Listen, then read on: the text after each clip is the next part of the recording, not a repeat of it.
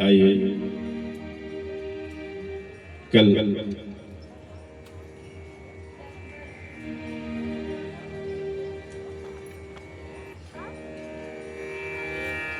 शौनकादि ऋषि जी सूत जी से कथा श्रवण कर रहे थे और कहाँ कर रहे थे? नैमिषारण्य स्थान। कल कथा सुना।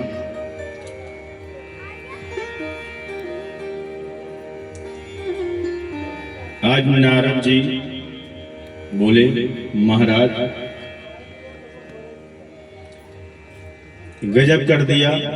कल आपने कथा में कहा कि जीते जी को छोड़ दो, जो जिंदा है उसको तो छोड़ दो, मरते हुए मरने के बाद भी जो कथा सुनकर तर जाए, ऐसा कभी आज तक हमने सुना नहीं।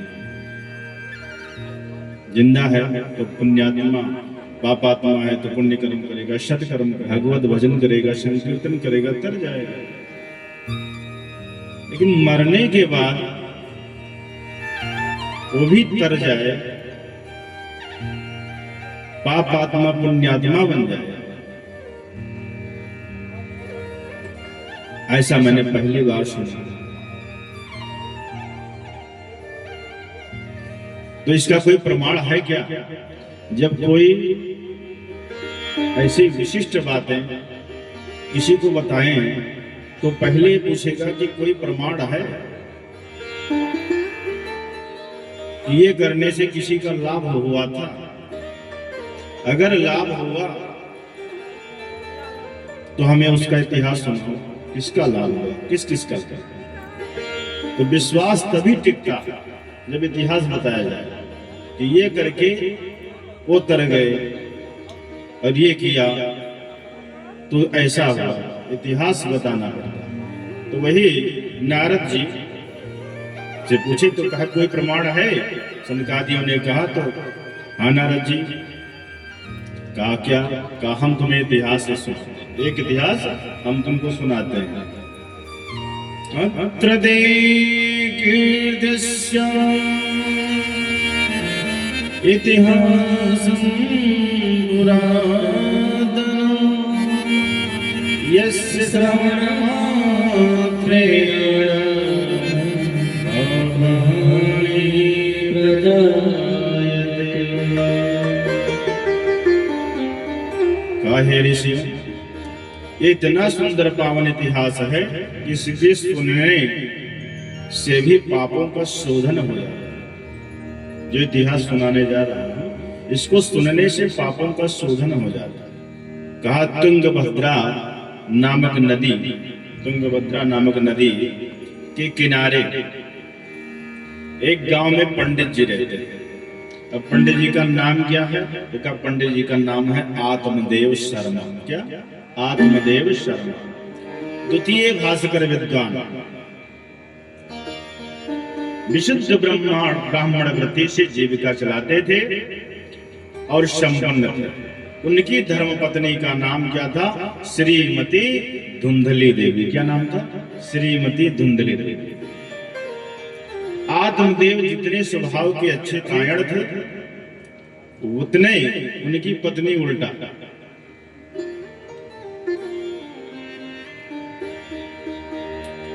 विपरीत थी। लोकवार्तारता घोरा कायसो बहुजल्पिका सुराचग्रहप्रतितेषु कृपणाकरप्रिया। उनकी पत्नी उनके बिल्कुल विपरीत। जितने वो धर्मज्ञ थे उतने वो विपरीत थे। कहा बड़ी झगड़ालू, बड़ी झगड़ालू। जब तक पड़ोसन से लाठी चार्ज नहीं करवा लेती थी तब तक वो पानी नहीं पीती। बोलो जय श्री कृष्ण। भोजन जो करती थी, भोजन हजम नहीं होता। तो कुछ ऐसी प्रवृत्ति होती है माताओं में कि भोजन तो करेंगे लेकिन हाथ कहाँ धोएंगे? पड़ोसन के यहाँ। तो ऐसे आत्मदेव शर्मा की पत्नी जी थी। आत्मदेव शर्मा बहुत धर्मज्ञ थे, बड़े विद्वान थे, धर्मपरायण थे, लेकिन उनकी पत्नी बड़ी उनकी विपरीत थी। कैसे करके उन्हें विवाह कर रहे थे, परिवार में विवाह कर रहे थे, चला रहे थे, जीवन यापन कर रहे थे। अब दोनों दंपति में एक कष्ट था। क्या था? कष्ट था कि कोई संतान नहीं थी। ब्राह्मण के मन में तो एक दिन इतनी पीड़ा हुई इस बात को लेकर कि हमारे पास कोई संतान नहीं है। इस बात को लेकर इतनी पीड़ा हुई कि गृहं त्यक्त्वा वनं गतः, वह ब्राह्मण घर को छोड़कर वन की ओर चला गया। पीड़ा हुई, हमारे पास कोई संतान नहीं है, संतान विहीन है, तो बहुत पीड़ा हुई।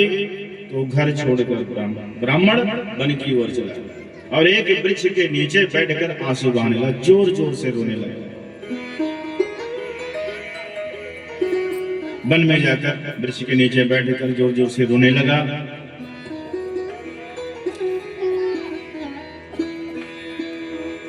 अब जिस जगह वो बैठा था उसी जगह से एक संत वहां से निकले।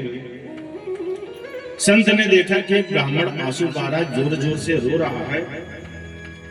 तो ब्राह्मण की आंखों में आंसू देखे तो विचार आया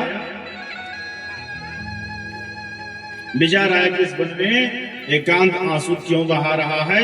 निश्चित ही प्रभु के लिए रो रहा है। अच्छा, वन में कोई जाता है तो वन में जाता है, किस लिए जाता है? वन में जाता है तो भगवत भजन के लिए जाता है, भगवान के तप के लिए जाता है, भगवान का संकीर्तन के लिए जाता है, एकांत स्थान ढूंढता है। और कोई इच्छा करके जाता है तो किसी मंदिर में जाता है। तो संत जी को समझ आई कि जरूर कोई ब्राह्मण अगर आंसू बहा रहा है तो भगवत प्राप्ति के लिए बहा रहा है। जिज्ञासा आई मन में, चलो पूछते। कथम रोदिषि विप्र तुम काति चिंता वदतुं सत्वरं मह्यं स्वस्य दुःखस्य कारणं। संत ने पूछा, भाई क्यों रो रहे हो, कौन सी चिंता सता रही है? शीघ्र हमें बताओ। ब्राह्मण ने देखा कि संत महानुभूति सहानुभूति दिखा रहे हैं, तो ब्राह्मण संत के सम्मुख और मुक्त कंठ हो गए, रो पड़े और चरणों में चिपक गए संत जी की। आत्मदेव शर्मा जी, किम ब्रवीम ऋषि दुखम पूर्व पापेन संचितम मदीया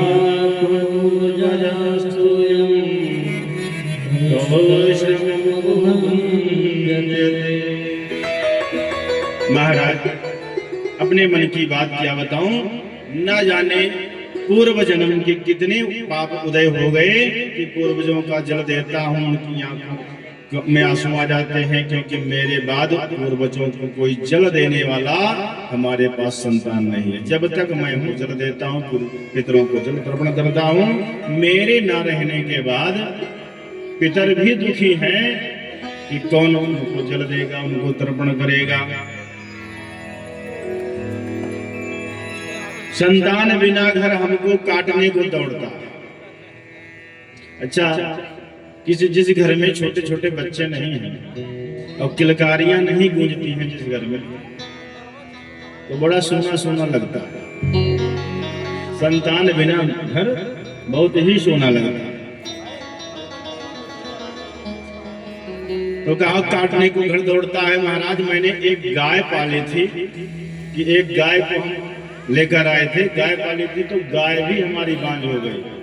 यही नहीं कि हमें कोई संतान नहीं हुई, गाय भी हमारी बांझ हो गई, उसको भी कोई संतान नहीं हुई। बोलो जय श्री कृष्ण।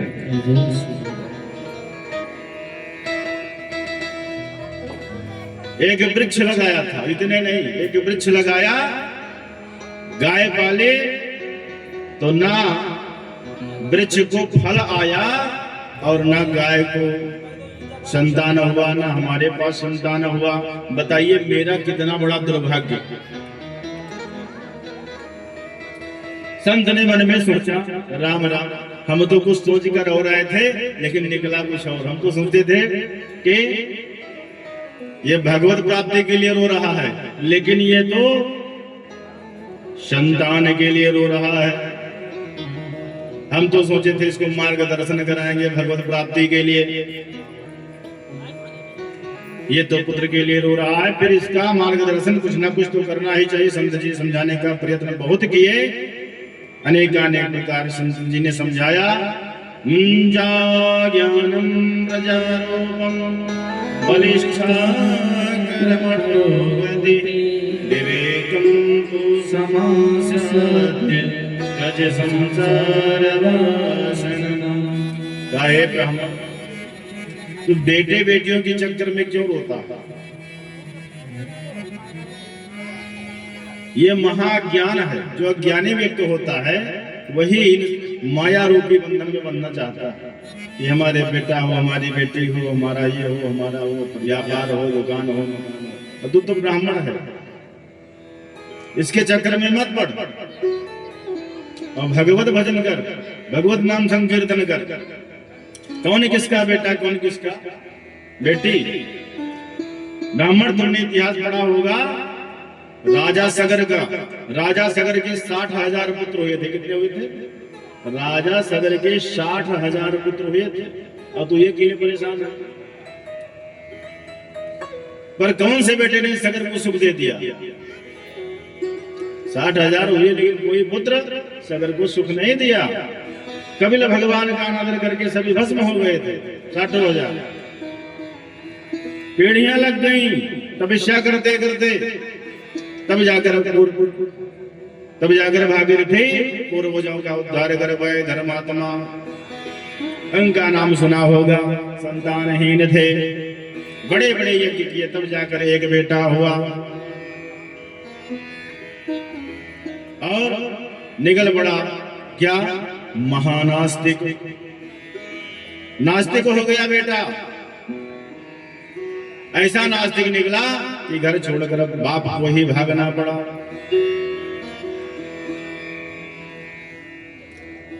तो इसका और इसके लिए तुम रो रहा है। तो ब्राह्मण जी बोले कि हमें प्रवचन मत दीजिए। क्या? हमें प्रवचन मत दीजिए। अरे आप तो ठहरे बैरागी बाबा और हम ठहरे गृहस्थ। तो गृहस्थ की सुख क्या जानो आप? घर में जब तक किलकारियां नहीं गूंजती हैं, संतान नहीं रहता है, कोई बच्चे नहीं होते, तो वो घर हमको काटने को दौड़ता है। अब आप ठहरे बैरागी बाबा, आप इसका सुख क्या जानो? जब बेटे तोतली बोली बोलते हैं तो बड़ी मीठी लगती है ना? तुतला तुतला कर जब बोलते हैं बेटे बेटियां तो बड़ी अच्छी लगती है, बड़ी मीठी लगती है। कितना आनंद आता है, जैसे मानो कानों में रसगुल्ला आ गया हो। अब ये तोतली बोली हमें सुनने को मेरे कान तरस गए, हम तरस गए। मुझसे कोई बात करने वाला बालक नहीं है। गृहस्थ लोके पुत्र पौत्र समन्विता। छोटे छोटे बच्चों की किलकारियां गूंजते हुए घर गृहस्थी में बड़ा आनंद ही कुछ अनोखा होता है। कोई प्रवचन नहीं सुनना है, मुझे तो केवल क्या चाहिए? बेटा। संत जी से ब्राह्मण जी चिपक गए, पाद पद्मों में और चिपक गए और बोले कि मुझे प्रवचन नहीं सुनना है, मुझे बेटा चाहिए। तो कहा ठीक। संत जी बोले सुनो ब्राह्मण, मैंने तेरी ललाट देखी है। क्या देखी है? ललाट। मस्तक देखा तुम्हारा हमने। तो कहा एक जन्म की तो बात छोड़, तुम्हें 7 जन्म तक कोई बच्चा नहीं होगा। 7 जन्म तक तो संतानहीन रहेगा, तेरे मस्तक पर लिखा। बोलो जय श्री कृष्ण। अभी तो ब्राह्मण जी एक जन्म के लिए रो रहे थे, तो संत जी क्या बता रहे हैं? 7 जन्म तक तुम्हें ब्राह्मण नहीं होगा बच्चा, संतानहीन हो तुम 7 जन्म तक। इतना सुनते ही ब्राह्मण और रोने लगे। सप्त जन्मावधि तव पुत्रो नैव च। तू आज की बात छोड़, 7 जन्म तक तुझे पुत्र संतान नहीं होगी। इतना सुनते ही ब्राह्मण का दुख 7 गुना हो गया। जोर से सिर उठाकर संत जी के चरणों में पटका और संत जी घबरा गए। संत जी छुड़ा रहे हैं, सहला रहे हैं। और कहा, संत जी से ब्राह्मण जी ने कहा, यदि तुम हम बोलो जय श्री कृष्ण। कहा, अगर हमारा दुख आप निवारण नहीं करोगे तो मैं आपके चरणों में सिर पटक पटक कर मर जाऊंगा। मुझे केवल बेटा चाहिए, बेटा दो महाराज, नहीं तो दूसरी बार इतनी जोर से सर पटकूंगा कि प्राण ही निकल जाएंगे हमारे। मैं निश्चित ही मर जाऊंगा और आपको जरूर ब्रह्म हत्या लग जाएगी। संत जी बोले, अब तो लेने के देने पड़ गए। हम कहाँ जा रहे थे और कहाँ के फंस गए। संत जी की धड़कन तेज हो गई। भगवान, ये व्यर्थ ही ब्राह्मण की हमने मौत मोल ले ली। अब ये कहता है इसकी मृत्यु का कलंक हमें लगेगा। भाई, मैंने किया क्या तेरा? सोच विचार कर संत जी ने कहा, सुनो। जब वो माना नहीं, ब्राह्मण पैर नहीं छोड़ा और कहा, जब तक नहीं छोड़ूंगा तब तक आप कुछ कर नहीं देते और नहीं मैं मर जाऊंगा आपके चरणों में सिर पटक कर। तो संत जी ने सोचा और भगवान से प्रार्थना की और सोच विचार कर कहा कि सुनो, ऐसा न करो भैया, विधाता आपके ललाट में, आपके भाग्य में जो लिखा है वो हम मेट नहीं सकते। लेकिन इसके बाद भी वो ब्राह्मण उनका पैर नहीं छोड़ा, रोना शुरू कर दिया। संत जी समझ गए ये छोड़ने वाला नहीं, तो तुरंत भगवान का नाम लेकर संत जी एक फल ब्राह्मण के हाथ में थमा दिया और कहा, इदं भक्षय पत्न्यां त्वं ततः पुत्रो भविष्यति। का ये फल लेकर जाओ और अपने धर्म पत्नी को खिला देना। मुझे विश्वास है कि प्रभु ने चाहा तो निश्चित ही आपको बेटा होगा, निश्चित ही आपको बेटा होगा। बस इतना सुनते ही ब्राह्मण खुशी के मारे उछल पड़ा। बस बस महाराज, बन गया काम। अब जल्दी तो बतलाइए, कुछ नियम तो नहीं इसके हैं? क्या नियम है? अगर कोई नियम हो तो नियम भी पालन कर लेंगे। संत बोले, नहीं नहीं, कोई नियम नहीं, कुछ करना नहीं, कोई केवल खास नियम नहीं है, ज्यादा नहीं है। क्या करना है? का एक समय भोजन करना है, ज्यादा नियम इसमें हम नहीं बताएंगे। एक समय भोजन करना, पवित्रता से रहना, जीवों पर दया करना, किसी से लड़ाई झगड़ा नहीं करना, सबसे 2-4 नियम आदि तुमने ठीक से पालन कर लिया तो बहुत सुंदर बेटा होगा। सुनते ही ब्राह्मण जी ने तो साष्टांग दंडवत प्रणाम किया और फल हाथों में लेकर अपने घर की तरफ दौड़ पड़े। घर आकर आत्मदेव ने अपने पत्नी जी से कहा, यदि सुनती हो? कहा, क्या? कहा, देखो ये एक सुंदर सुस्वाद फल लाया हूं और इसे जल्दी से पालो, जल्दी से खा लो। ब्राह्मणी बड़ी चक्कर में पड़ी। ये फल किसने दिया? महाराज आत्मदेव ने अपनी कहानी सुना डाली। अब धुंधली ने सोचा कि भगवान जाने किसने दिया होगा और कौन कौन सा मंत्र पढ़ा होगा। यदि कोई मेरे ऊपर जादू टोना कर दिया हो तो क्या? ये तो लेकर चले आए। क्योंकि धुंधली आत्मदेव शर्मा के बिल्कुल विपरीत थी, क्योंकि धर्म परायण थी नहीं, भगवान पर विश्वास नहीं था, लड़ाई और झगड़ा में रति थी, झगड़ालू थी। तो उस पर अपने पति पर भी विश्वास नहीं होता था कि पता नहीं कैसे कैसे क्या लाया।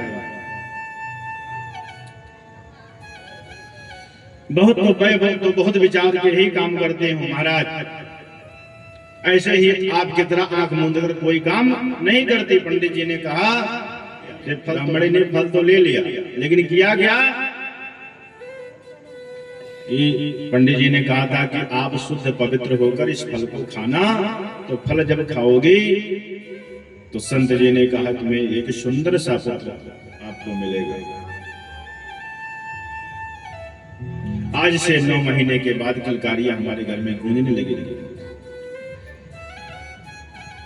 अब उधर देवी जी फल लिए बैठी हैं। अब क्या है, आदमदेव जी ने फल तो दे दिया अपनी पत्नी को, लेकिन वो लिए अपने हाथ में बैठी हैं और वो मन में विचार कर रही है। क्या कर रही है कि खाऊं कि ना खाऊं, खाऊं कि ना खाऊं। इतने में पड़ोसन आ गई। क्या आ गई? पड़ोसन आ गई। अब पड़ोसन जब आ गई तो पड़ोसन से सारी बात बताई कि हमारे पति जी वन में गए थे और वन में जा करके एक संत जी ने उनको फल दिया है और कहा है कि ये फल ले जाओ अपने पत्नी को दे दो और आपके पास सुंदर पुत्र होगा, आपके घर में भी किलकारियां गूंजेंगी। पड़ोसन ने कहा, पड़ोसन से कही। अब ये बैठी बैठी सोचे, धुंधरी ने कहा तो पूरी कहानी सुनते ही तुरंत सुनाते ही कि बहन मैं बड़ी झंझट में पड़ गई हूँ, आज मेरी समझ में नहीं आ रहा है कि फल को खाना चाहिए कि नहीं खाना चाहिए, आप ही बताओ क्या करें। पड़ोसन से बोली धुंधली। तो कहा इसमें सोचने की बात क्या, अब तो तेरे भाग्य खुल गए, संत की कृपा का फल है तो तुम खा लो, क्या दिक्कत है। का फल दक्षिण गर्भ चाद गर्भेदुदर वृद्यता स्वल्प वच्चम ततो शक्तिर गृह कार्यं कथम भवेत्। का फल तो खा लो। अब फल खाने के बाद अगर मेरे पेट में बच्चा भी आ गया, गर्भ में बच्चा भी आ गया, तो जो मैं घर का कार्य करती हूँ वो कर नहीं पाऊंगी। भोजन जो करती हूँ भोजन भी कम हो जाएगा। जितना जल पीती हूँ उतना जल नहीं पी पाऊंगी, जितना भोजन करती हूँ उतना भोजन नहीं कर पाऊंगी। घर के जो कार्य है वो कार्य नहीं कर पाऊंगी। पेट बढ़ जाएगा ना, तो ये बड़ी दिक्कत हो जाएगी हमको। वो तो हमको फल देकर चले गए, लेकिन मैं खाने के बाद कितना कष्ट होगा, उठना बैठना चलना फिरना बड़ी दिक्कत हो जाएगा। धुंधली के मन में अनेक अनेक प्रकार के विचार आने लगे।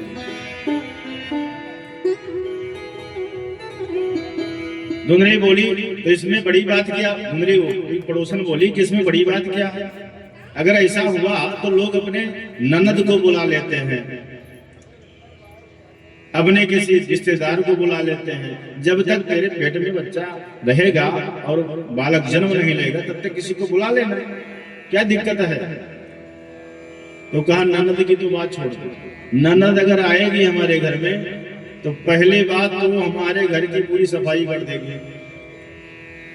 पता नहीं क्या क्या करे और पता नहीं क्या क्या चुरा ले जाए। बोलो जय श्री कृष्ण।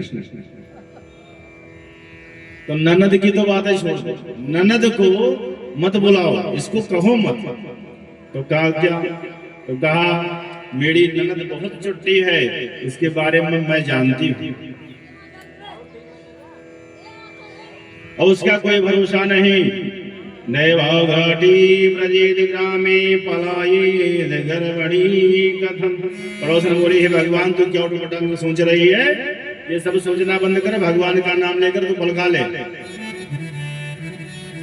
पर एक बात बताऊं, मैंने ऐसा सुना है कि श्री सुखदेव जी, अब धुंधली कह रही है कि मैंने सुना था कि सुखदेव जी माँ के पेट में 12 साल थे और कहीं ये फल खा के अगर 12 सालों बच्चा हमारे पेट में रह गया तो।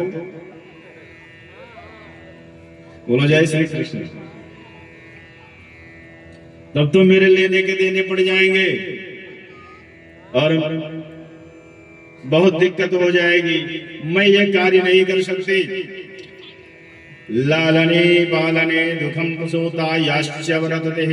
अच्छा अब ये भी है एक झंझट, ये भी है अगर 9वें महीने पर पैदा हो गया, जन्म हो गया बच्चे का, तो लालन पालन में बड़ी दिक्कत हो जाए। लालन पालन कौन करेगा, बड़ी कष्ट है। इसलिए मैंने एक निर्णय लिया। क्या निर्णय लिया? निर्णय लिया ये है कि अब इसका कोई उपाय हमें करना पड़ेगा। पड़ोसन ने बहुत समझाया धुंधली को, लेकिन पड़ोसन की बात एक भी धुंधली नहीं मानी। अब वो क्या करी, पड़ोसन कही भाई तेरी बुद्धि में जो आवे सो कर, मैं तो चली। यवं कुतर्क योगेन तत्फलम नैव भक्षतम। धुंधली ने इतने कुतर्क कर दिए, अंततो गत्वा उस फल को खाया नहीं। बड़ा सोचा विचारी कि गर्भ से लेकर जन्म तक, अब लालन पालन तक बड़ा चक्कर इसमें है, तो फल को खाया नहीं। दूसरे दिन उसकी एक छोटी बहन आ गई धुंधली की, धुंधली बोली बड़ी बहन तू खूब आई, आज मैं इस चक्कर में फंसी हूँ, तो मेरा इसका समाधान है। धुंधली बोली बताओ। धुंधली ने पूरी कहानी सुनाई अपनी बहन को, ये ऐसा ऐसा है, अब बताओ इस चक्कर में मैं पड़ गई।